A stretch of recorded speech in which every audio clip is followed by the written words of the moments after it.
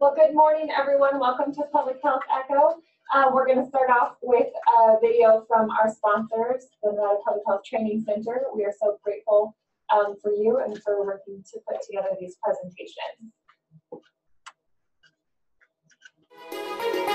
There are 7 billion people on this mud ball. With that many people buzzing around, we're bound to collide. Where I'm perfect. Did I wash my hands this morning? What did I eat today? Does my child need a vaccine? I don't remember what I did last night. In all the beauty and brilliance of humankind, collectively, we're a petri dish. 40% of people don't wash their hands after they use the bathroom. So how many door handles and elevator buttons did you touch today? We're ubiquitous and busy. We're impulsive and experimental. And in our most intimate moments, regard for safety isn't, well, always of interest. Where we live, the air we breathe, our habits, the things we do every day have more impact on our health than genetics. And that's why there are public health professionals in the midst considering our well-being when we're not. These heroes go to the places others won't. They're on the front lines developing new programs and policies. They conduct and disseminate research on vital public health initiatives to keep us alive. They strive to make our communities equitable, healthy, and resilient here and abroad. They work with us, not against us. Pondering the public health of 7 billion people is no easy task, but it's happening right here, right now, at the University of Nevada, Reno, where students studying public health don't just learn, they implement and save lives. Today, we're recruiting the courageous. Join our team of heroes working for the greater good. All right. So thank you so much to our sponsors. And with that, I'm going to turn it over to our speaker today. So Shannon, thanks so much for being with us. Thank you very much. Good morning, everybody. My name is Shannon Dobbs, and I represent On Common Ground, the local 501c3 nonprofit organization working to reduce food insecurity in our community. And it's actually getting a little bit late in the morning right now, and I'm starting to get a little hungry. I didn't eat breakfast this morning, and it's kind of a fad diet that I'm on right now. It's called intermittent fasting, and something that I don't recommend to anybody. But basically, you fast for a certain period of time, and then your body goes into ketosis. That's the theory anyway, and you just start burning fat instead of other calories in your body. And that's potentially a great program. But the thing is, I have a choice in the matter. If I want to eat breakfast this morning, I have granola in my pantry. I have milk in my fridge. I've got some fresh berries and a banana that I can throw in there. I've got a great meal just waiting for me. If I ever run out of these items, I just have to jump into my own pickup truck and I can run down to the store and I can get some more of these. But for many people in our community, that choice isn't as easy, and sometimes it's literally impossible to do. So in our area, I just want to talk to you about the situation that is in our community right now. In Washoe County, more than 1 in 4 kids don't know where their next meal is coming from. That's 26% of kids in our area, and that includes university students, according to recent surveys on UNR campus. 1 in 5 university students also don't know where their next meal is coming from. So 15% of all Washoe County residents comes up to about 60,000 people, and a third of them, plus most of the university students that are dealing with food insecurity, also don't have access to federal assistance programs. So SNAP, WIC, TANF, these programs that are designed to help people make it through their month, a lot of people don't qualify for those programs, and so they're really struggling in the community to try and make ends meet and to be able to feed their families on not enough materials and not enough access to the groceries that they need to be able to move forward in a healthy manner. Alongside this, we have an epic chronic disease problem in our country that's getting worse every year. Nearly all of the nation's $3.3 trillion in healthcare expenses are for people with chronic food-related illnesses. This is according to the CDC from a recent survey. Now, when you look at the kids in our community, 19% live in poverty, and this type of situation with lack of access to nutritious food results in growth and learning impairments, more susceptibility to illnesses. There's a lot of things that cascade into adulthood if you're dealing with chronic food insecurity as a child. Now, in our community, about 26,000 children are food insecure, and over 2,600 experience homelessness, which is much more food insecurity than you would imagine.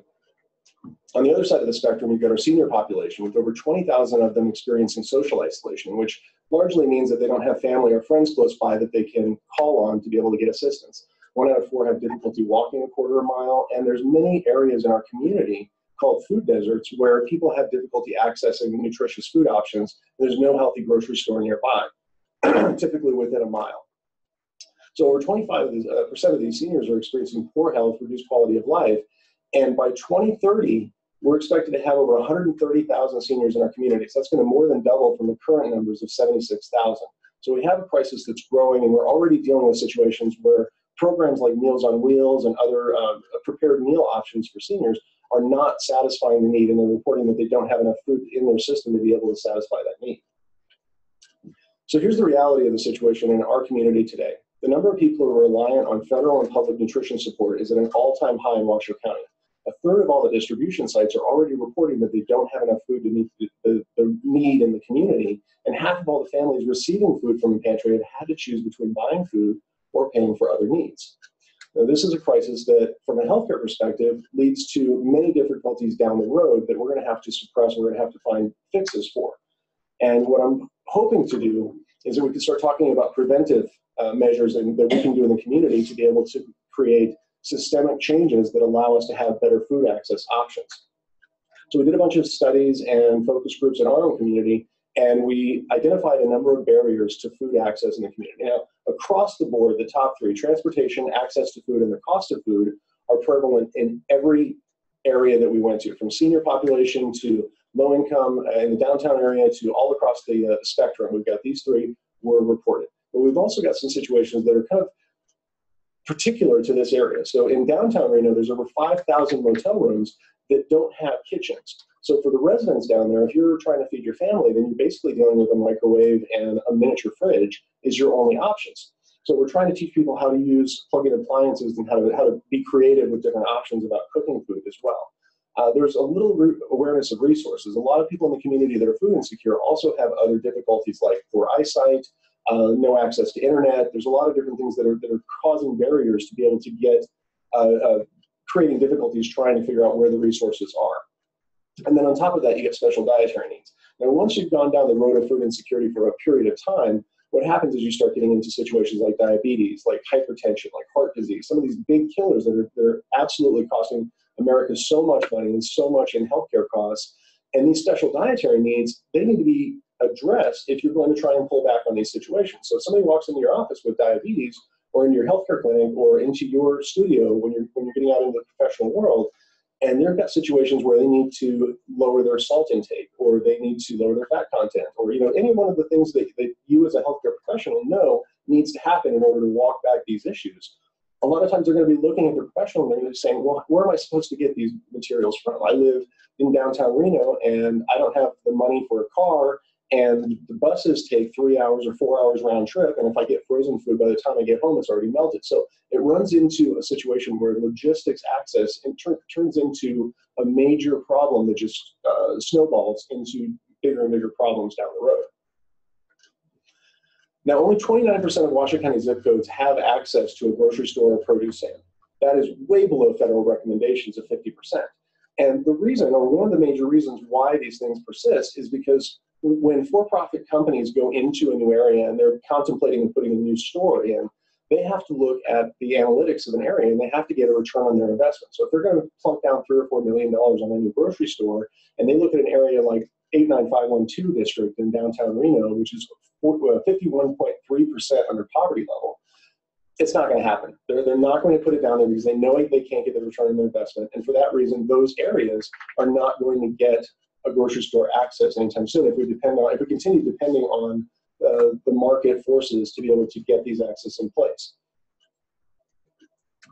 So what we're doing with On Common Ground is we're kind of flipping the script. We're coming from a nonprofit perspective. We are a 501c3 nonprofit organization. We're federally recognized, and we're in line with the USDA, working on situations to be able to cure these food desert problems and provide access to the community of fresh, wholesome, nutritious food. We're also operating on a sliding scale. So people that are in a low-income situation, advance the slide, people are in the lower income situations will actually get to be able to get a little bit of a break on their food and be able to apply some of these scarce monetary resources in their family towards housing, towards healthcare, towards some of the other needs that are constantly impinging on people's ability to kind of live a normal and healthy life.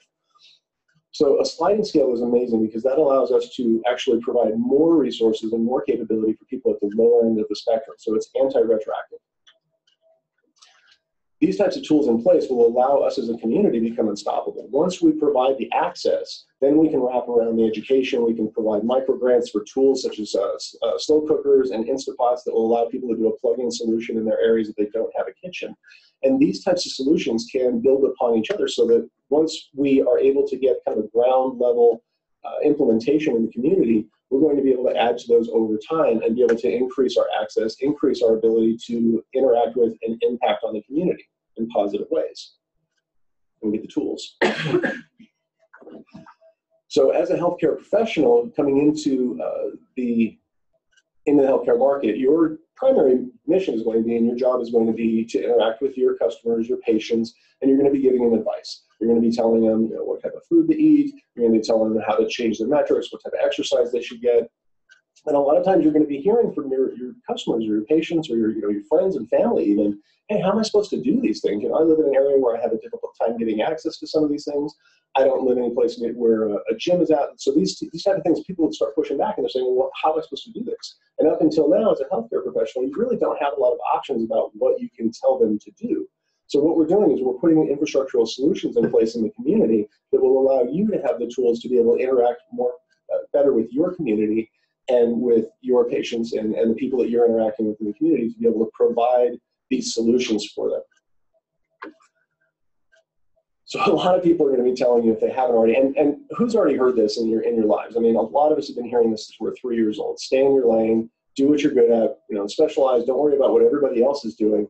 Just do your job, and somebody else is going to handle the details. Well, I'm here to tell you that in the healthcare profession, when you start talking about these situations where 20% of your community doesn't have access to nutritious food, and this is causing 86%, or certainly contributing to 86% of all the healthcare costs in the United States, you have a situation where the lanes start to get a little muddy. Now, they came up with a rule a while ago, and it's an 80-20 rule. And essentially it says that we're going to expend about 20% of our effort getting 80% of our results, and 80% of our efforts getting 20% of our results. So once we start looking at these numbers and realizing where 86% of our costs are coming from, what we need to do as a community and as a society is start really delving into that and start expending more of our energy focusing on that 80% result. And the more we can get into that, the more we can start really focusing on these issues and focusing on preventative access and preventative techniques to be able to keep people from getting down the road of hypertension and heart disease and diabetes and all these major killers, the more we're going to be able to get ahead of this problem and start clawing back some of the healthcare of our country. So when you stay in your lane, you start looking around and realizing that your lane is wherever the healthcare community needs your help. And finally, I would love to ask everybody to get involved with what we're doing. We are starting a movement to be able to change the culture of our communities and to be able to add more health in our communities, more food access. I urge everybody to volunteer, take a class on food insecurity, and learn more about the issue. If you've got some extra money, please donate to our cause. We're building a sliding scale grocery store in downtown Reno as we speak, and we need all the help that we can get.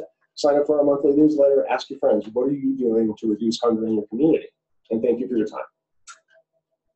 Wow. Well, we are early today.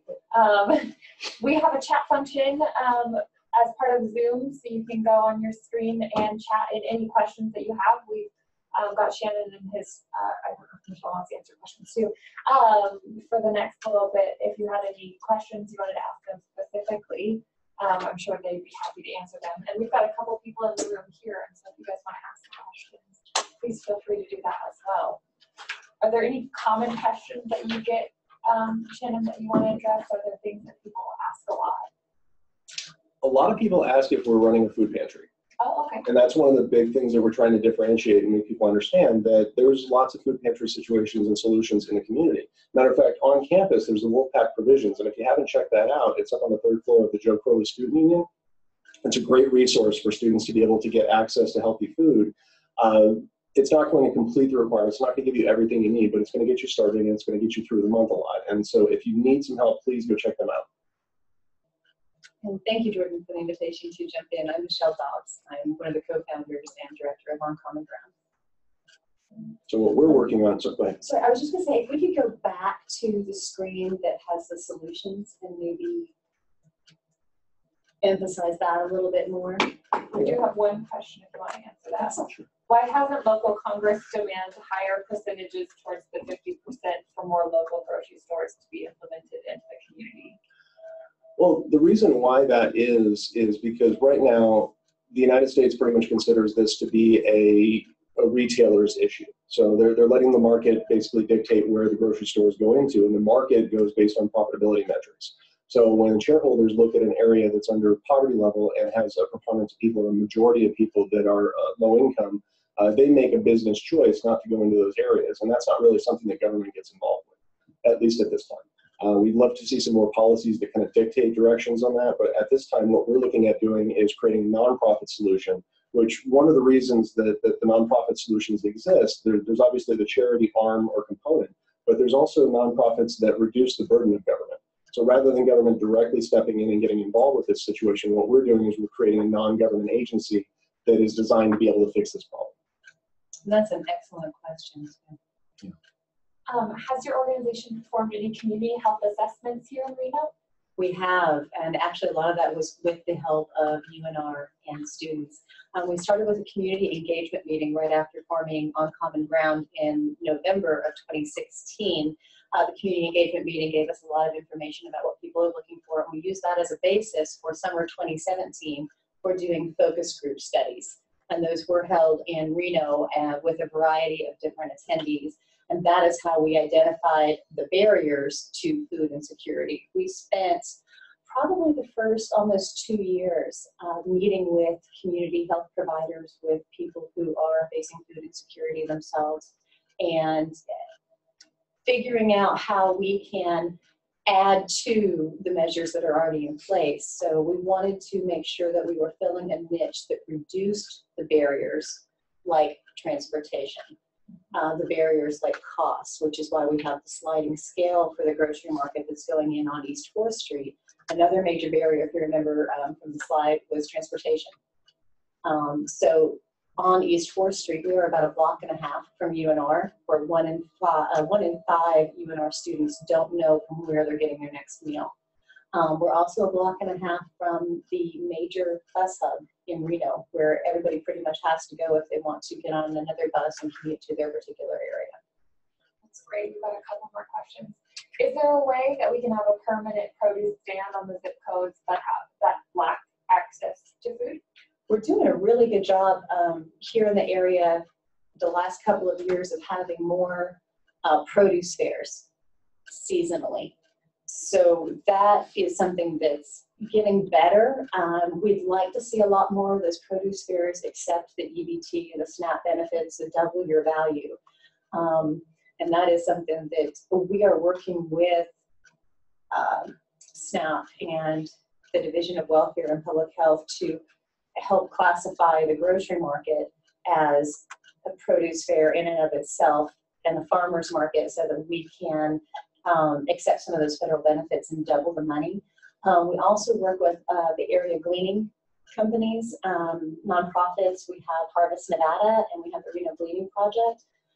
So we're hoping to expand that in the future and have kind of roadside stands where kids can learn, and people who haven't yet gotten into the workforce, they can run these roadside stands and sell the produce at a reduced cost. So they're actually learning job skills at the same time that we're providing the seasonal produce and emphasizing it. And I know I kind of went on for a while on that, but just to add real quickly, as far as emphasizing seasonal produce, right now with the grocery store that is going to be opening on a sliding scale on East 4th Street, we will have primarily bulk food options, seasonal produce, and we will have recipes that are matched to the ingredients we have, so that people know how to prepare them for the meals and incorporate the seasonal produce that you're asking about, allowing people more access to.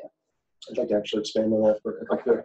So the short answer is that a brick and mortar store is a permanent solution. That really is the solution that you're looking for. If you're looking for something that's not seasonable, that doesn't go away when the late fall hits and you don't have available during the winter and during the early spring, you're looking at a brick and mortar store solution.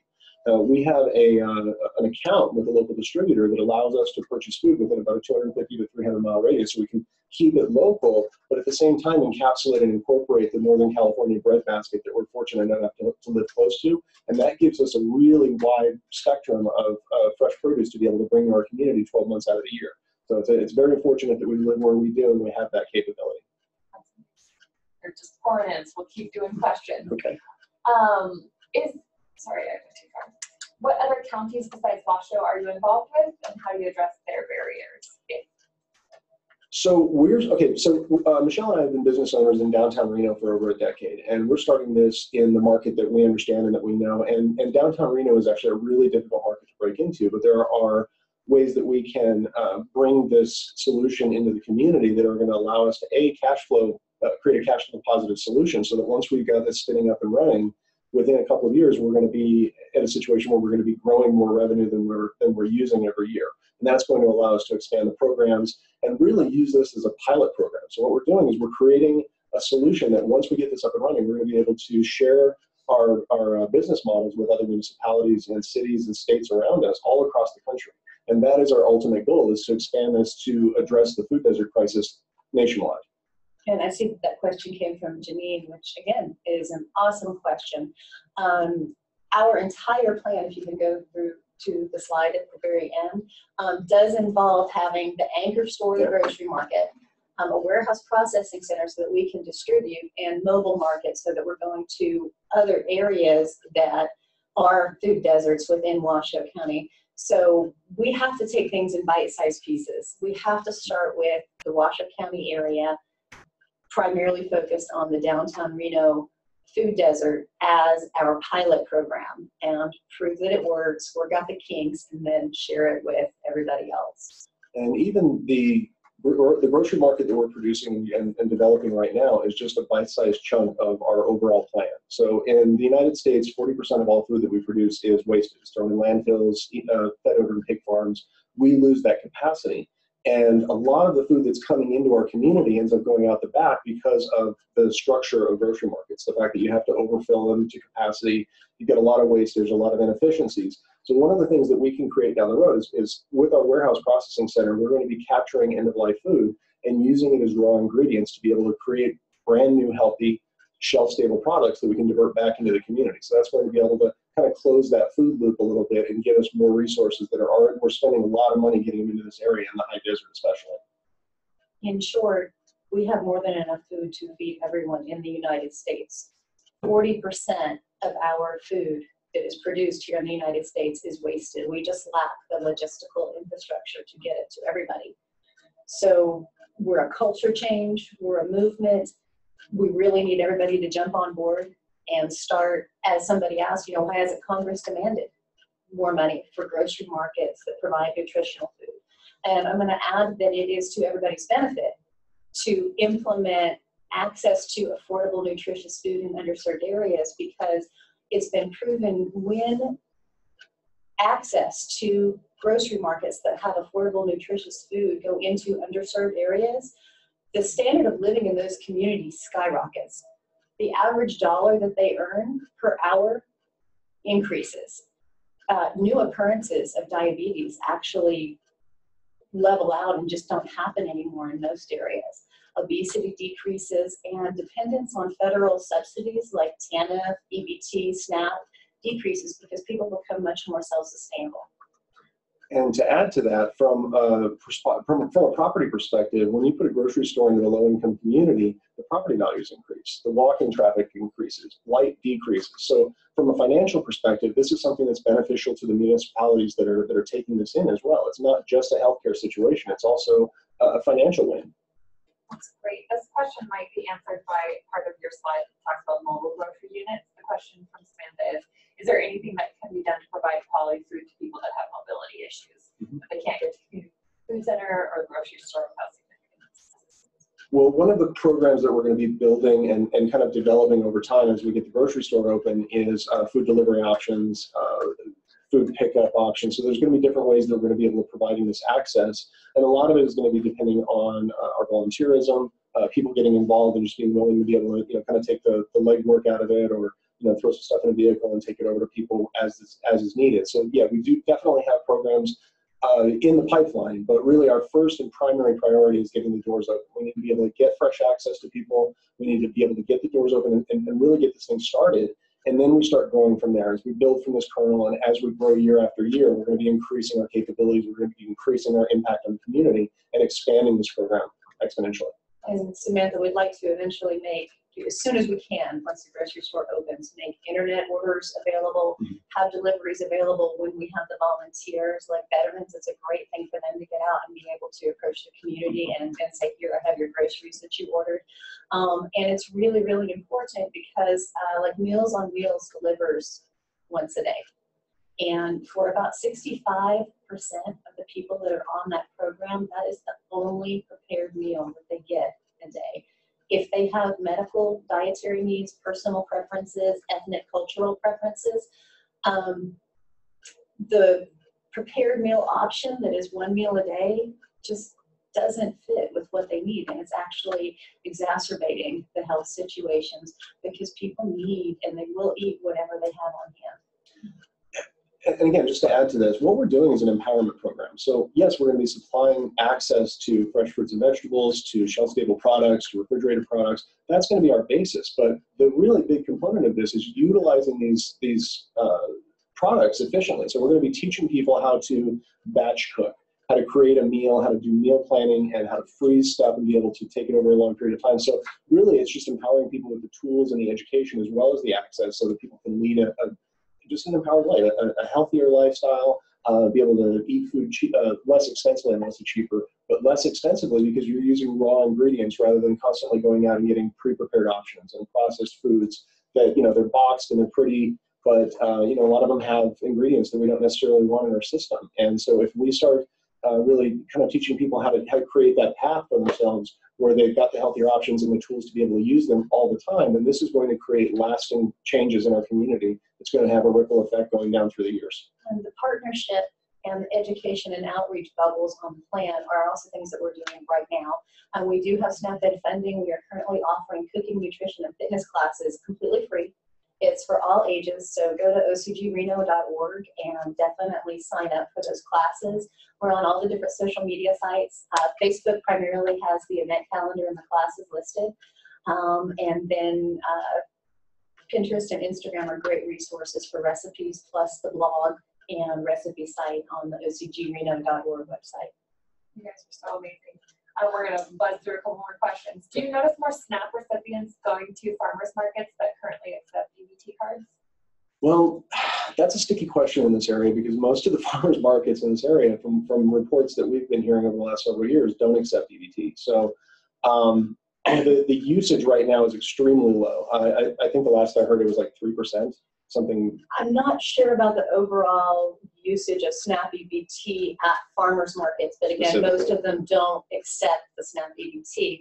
But I do know that there is a federal provision through Department of Agriculture that doubles value for SNAP EBT customers at a farmers market, and there's less than a 1% usage rate of those every harvest season, every farmers market season. So it's really, really low. And one of the things that we do plan on doing is we're going to have our full-time 365-day-a-year grocery store, but during the season where the farmers markets are going, we are planning on adding a farmers market component down 4th Street. So we will have that component in place, and our store is designed to be both SNAP and WIC approved, and we're going to be actually developing it largely in line with WIC guidelines as far as the food that we're going to be bringing in. So this is going to be something that, rather than, I was just talking to a guy a couple of days ago, and he was telling me about the difficulties that he was having going into a grocery store, and he was alcoholic, he had problems with alcoholism, and so he'd go in with the intention of getting healthy food, and 9 times out of 10 he ends up walking out with a 6-pack of beer. And so one of the advantages of being able to put this system in place as a nonprofit is that we can create a solution that is exclusively designed to really focus attention on it. If you're walking in the store, you're going to be buying healthy food, period. And when you come to the classes that are on ocgreno.org, thanks to the generosity of the local gleaning companies, Reno Gleaning Project, Harvest Nevada, we almost always have seasonal produce available for free. And our instructors are using that produce in the classes. So great. What solutions are there to help students that live in dorms with only a microwave and mini fridges? Will they be given resources to make healthier choices without using these appliances? Well, you got to check with your dorm rules. That's a big one, and we don't know exactly what the rules are as far as putting in other plug-in appliances. But if you can use a microwave, it would seem to me that you could probably also use an Instapot. You could probably you probably can't use a hot plate because that's an open flame type of situation. But if you're buying an appliance, or if you're bringing an appliance in there that allows you to be able to do a one-pot meal solution, then you can start looking at raw ingredients like bringing onions and dried beans and things like that home instead of hot pockets and stuff like that. So what we're really looking at is again, it's an empowerment program. So what can you do? Let's find out. Let's find this out together. Let's figure out what the rules are. Let's figure out where we can fit some solutions in there that are going to make sense for our lifestyles. And let's keep having this discussion as we go forward, so that we can keep making our program stronger. And we can do more. As a community, if we can show the value of maybe an allowance for an Instapot or for a convection hot plate that only works when there's a certain type of then and cause the fires, then maybe there's room for discussion with the authorities. When we did our focus groups in Reno, one of the concerns was very similar from many of the residents that are living in the hotels and the motels and the weeklies. They're not allowed to have anything other than a microwave, and they're being told that that's fire code. Well, it's not actually fire code. It's something that the property managers are saying. So there's an opportunity for all of us to come together, work with Reno Fire Department and these property managers, maybe with UNR overall, and say, hey, let's educate ourselves. Let's figure out what we all need together and revise those rules. Also, I want to add that as we put the recipes in for all the inventory that we're selling at the stores, they are modified. The recipes are modified for preparation on a single appliance in solidarity with people who don't have full kitchen appliances and access. We also have a lot of those recipes on our blog. So if you go to ocgreno.org, there are different recipes that you can use for really easy prep with minimal appliances. And there's even steamers. They've got these 3-level steamers right now where you can put a full course meal in there and have it finish in about a half an hour. So there's a lot of options and opportunities. We just need to start kind of thinking outside the box. Again, get out of our lanes. Really start exploring other avenues and other areas and figure out where our solutions are, and then bring them back to us and really empower our community with those solutions. And those steamers are only like $30, $40. So if you look at the difference between what you're saying for spending for fast processed food, you're easily going to make your money back by purchasing one of those steamers for $30, $40. And I think one of our people here had a question. I just had a question about the sliding scale grocery store. Like, how do you control access? What do they have to show to buy food? What if people don't have access to get like a, what do you call it, SNAP card? I'm not familiar with them. So what if they can't get a SNAP card? Okay. So the way we've got the whole thing structured as far as on the back end, we're going to have a free membership, which is a tier. Basically, you go in and you get your membership, and it doesn't cost you anything. You can go in and you can shop, but it does require that you've got to sign up. So you're in our system, you come through and you shop, and it's normally our prices are going to be in line with the rest of the community. But what we're going to do is have another tier in our membership that if you show us your income, or if you've got your SNAP benefits, you're automatically qualified.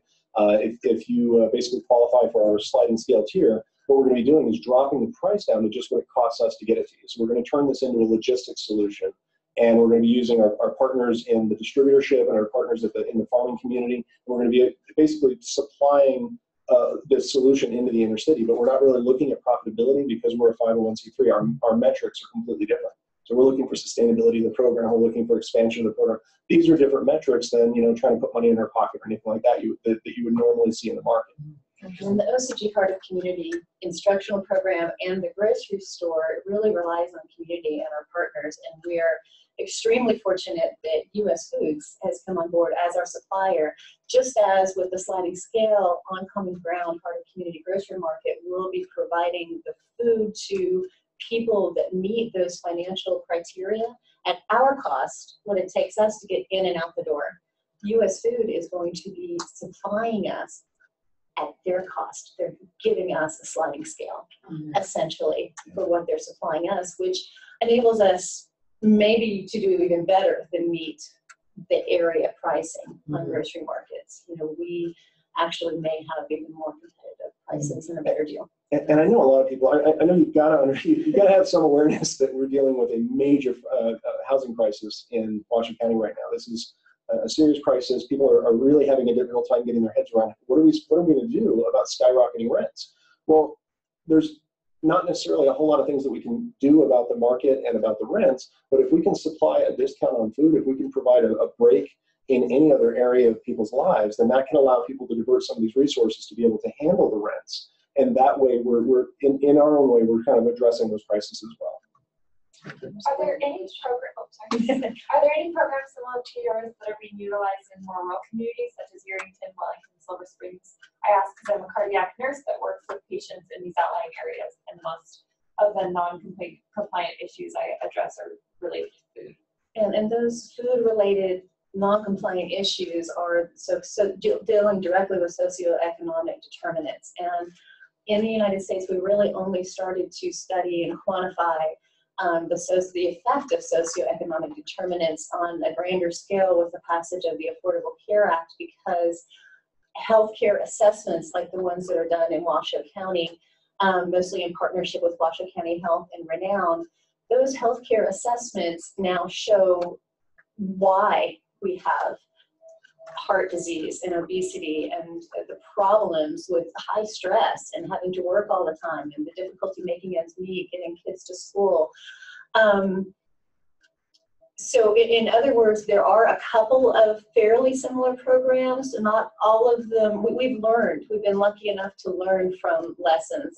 Actually, my husband got the idea for the sliding scale grocery market, nonprofit grocery market, from Doug Roush. He's a former CEO of Trader Joe's. He opened Daily Table in Dorchester, Massachusetts. And we were lucky enough to get on the phone with him, and he said, hey, lessons learned, if I had to do it all over again, I would have multiple grocery markets because the suppliers are outpricing me. I can't get supplies to my one grocery store in the low income area at an affordable price. Mm-hmm. Phil Abundance in Philadelphia opened a nonprofit grocery market, and they had very much the same problems.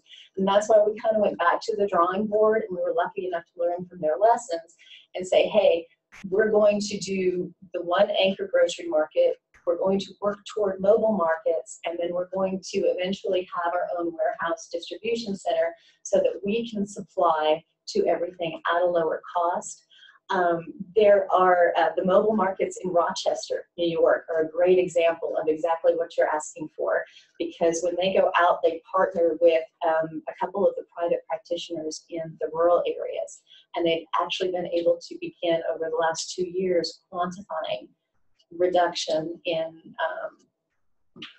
glucose, blood sugar content, metabolic syndrome has decreased, and really these numbers are just coming in, and the programs are just starting to quantify results in the last couple of years.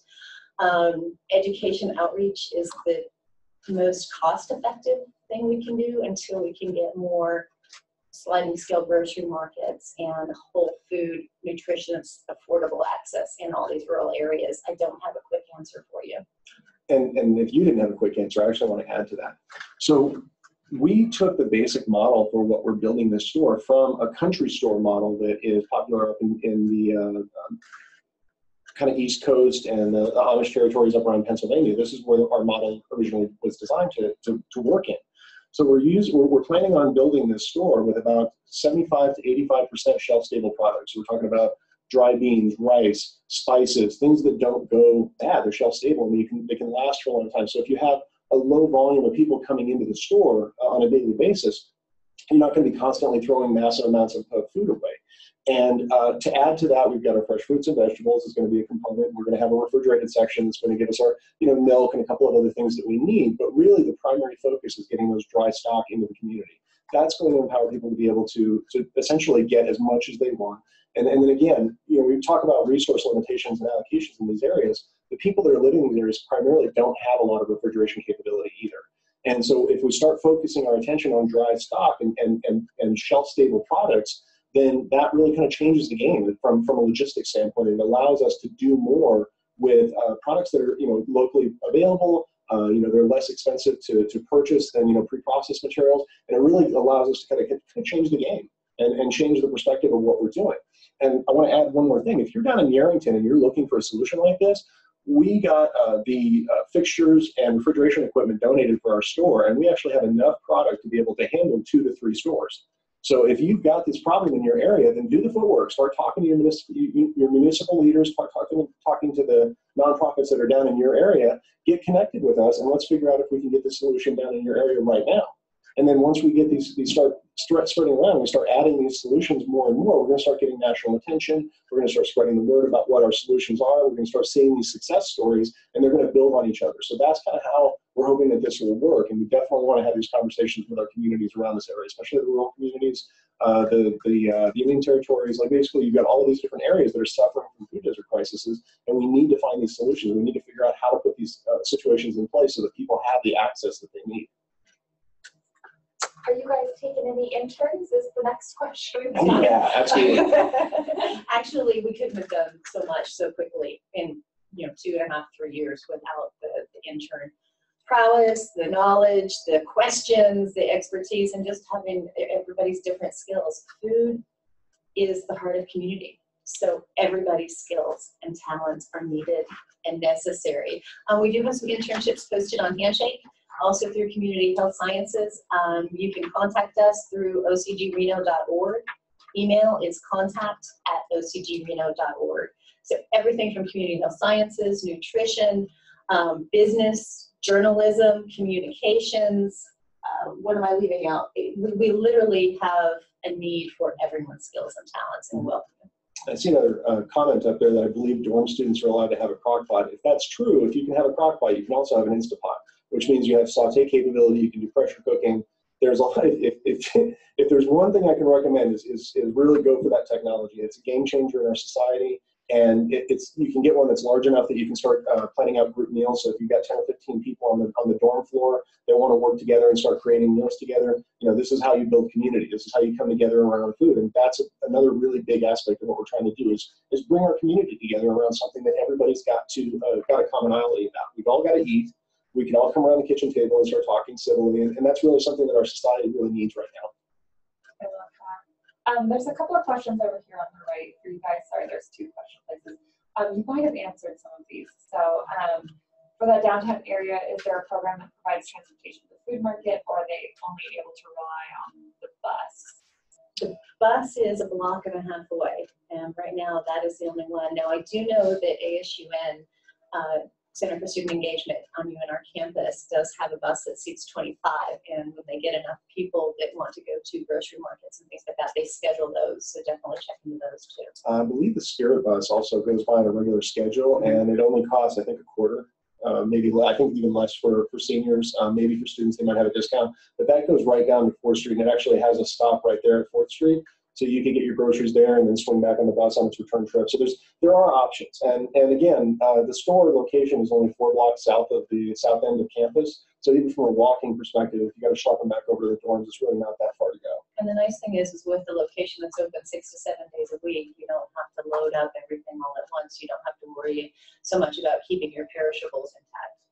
That's great. You might have already talked about the sliding scale for the grocery store. Okay. Yeah, I mean, I'll get into a little bit more detail about it. So basically, so it costs us $20 for 50-pound bag of beans, and we're breaking this down and we're making it a bulk purchase. So we're putting it into a bin and you're buying it by the pound, and essentially, like, we're going to be selling this product for what it costs around the market. So if you go to another store in the outskirts of the city, it's going to be approximately equal to that.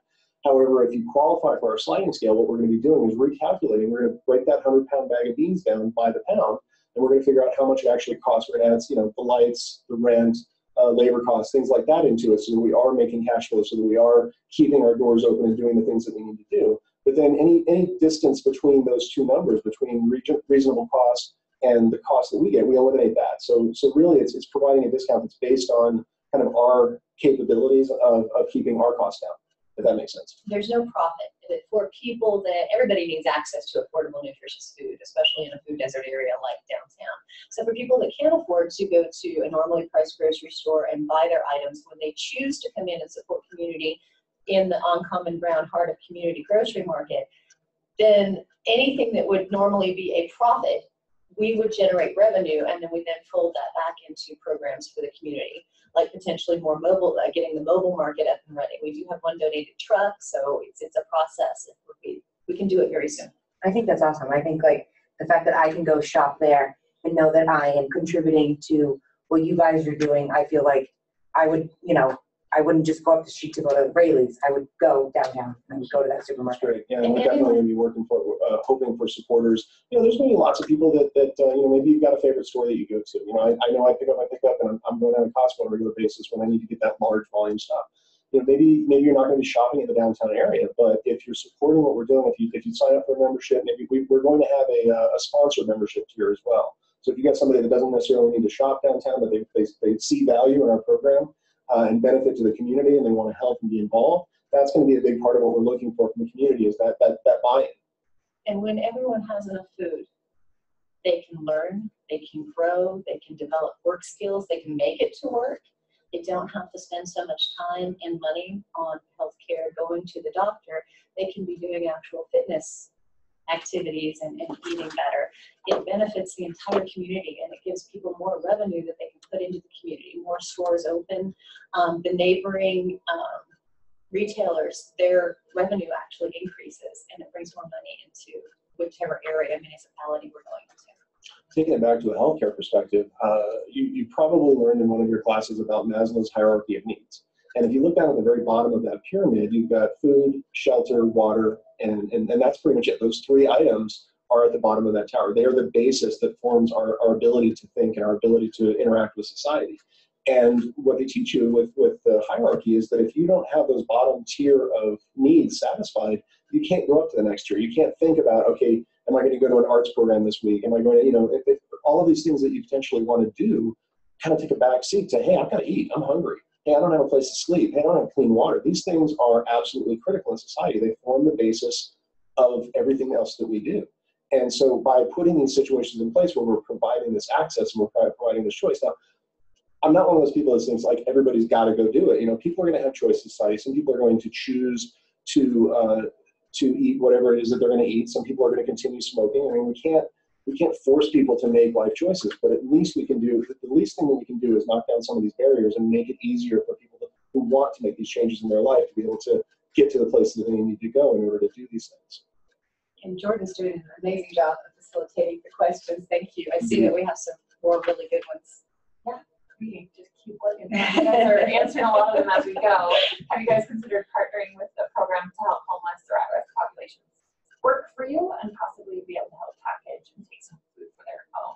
Well, the 400 East 4th Street location, the site is donated by the Morris Berger Hostel, which is amazing. And it is right next to the Reno Family Resource Center. We've also been working with Washoe County. They're opening they're working to open the women's shelter and the family shelter, and then working toward a youth shelter, I believe in partnership with the Eddie House. And we'd like to do classes there. Again, we offer the shelving and the store fixtures and the model and on common ground resources to Washoe County to actually put that in on the levy to give more access. With Washoe County facilitating the women's shelter and the family resource center, they've had just a really high success rate because they're offering childcare, they're offering workforce development, education, healthcare on a regular basis where people don't have to drive or walk or go to multiple sites. Everything that they need is right there at the Family Resource Center, and it's all facilitated. So my numbers may be off, but I know that they have only about a 16% recidivism rate, meaning it's successful. So if when they open this women's shelter family resource center, we can convince them to take the store shelving, the fixtures to put this model in, and have the classes there, it would just give everybody that much more of a step up. I'll be very honest in that, we've tried to work with the city of Reno for the last 3 years, and it's been extremely difficult to get in front of city council to ask them to agendize this need and really pay attention to our population that's struggling to make ends meet. And we need more boots on the ground. We need more advocates. We need more people that are saying, hey, this is what we need as a community. We can't do it all. And it's just like with the questions about offering more food to the homeless so that people can take it, partnering with the homeless, yes, absolutely. We are partners with We Care volunteers, with Loca Cares program. A lot of the people that go out and they provide the food service every day to thousands of people a week that otherwise don't have access to a prepared meal. But we're focusing on, because time is limited and we need to be able to apply for grants and still figure out exactly what's needed in the community, what we're focusing on is providing this food solution right now. And we absolutely want to provide as much support to our ancillary community as we can. We do a 5-chef cook-off fundraiser every year. And one of the things we found out during our focus group studies is that people don't know what resources are out there or they can't get access to them. So during our 5-chef cook-off fundraiser, we invite local nonprofits to table for free so that people know exactly what's there and available. We price everything so that our target audience can actually participate in the fundraisers. And we offer scholarships through social service organizations so that they can either send staff as train the trainer, or they can send clients that are truly working to help use whole foods, spread nutrition and health information to their families and to their community. So again, it's all about power of community, and the more people are involved, so get involved. Oh, and as long as we're plugging the 5-chef cook-off, that is next Thursday, the 19th at 5:30 to 8 p.m. over the Potentialist Workshop. Please come down and join us. You're going to be able to talk to the chefs, interact with them, talk to them about their recipes, how they came to get them. It's going to be a great opportunity. Plus, we've got a live band. I mean, it's just going to be a fantastic event. So, and we've got student discounts. It's like $20 advance pre-sale. Get on our website, go to our Facebook page, OCG Reno, and come on down, check it out. And we always post our volunteer opportunities, so timeless, on Give Pulse through Center for Student Engagement and ASUN. So there's lots of ways that you can get involved and truly help spread the impact. When do you plan on this grocery store opening up? I'm going to give you the short answer. It's whenever we get it open. Right now, like I said, we've got the donated space. We've got all of the fixtures, refrigeration equipment, everything's staged outside the building in the backyard. We are in the process of building out the space. We're working to get the permits that we need in order to put up a demarcation wall and a drop ceiling that's going to allow us to go into business in that space. It's all about fundraising. It's all about getting the word out in the community and getting the resources that we need to put this together. Right now, we're kind of in IKEA mode. We've got everything in place, but we need to put it all together right now. And that's going to take funding. We have a partnership with an certified electrician who's going to put the electrical in and get the permits going once the architect is finished with the plans and gets the permits for the wall to go up. We need initial inventory. We need to pay for initial staff. Again, it's designed to be in the black so that we will continue to have revenue once it's opened, but it takes a community to get it open. A couple of people can't do it. We have a fabulous grocery store committee with 2 co-chairs, Tina Davis and Paula McDonough.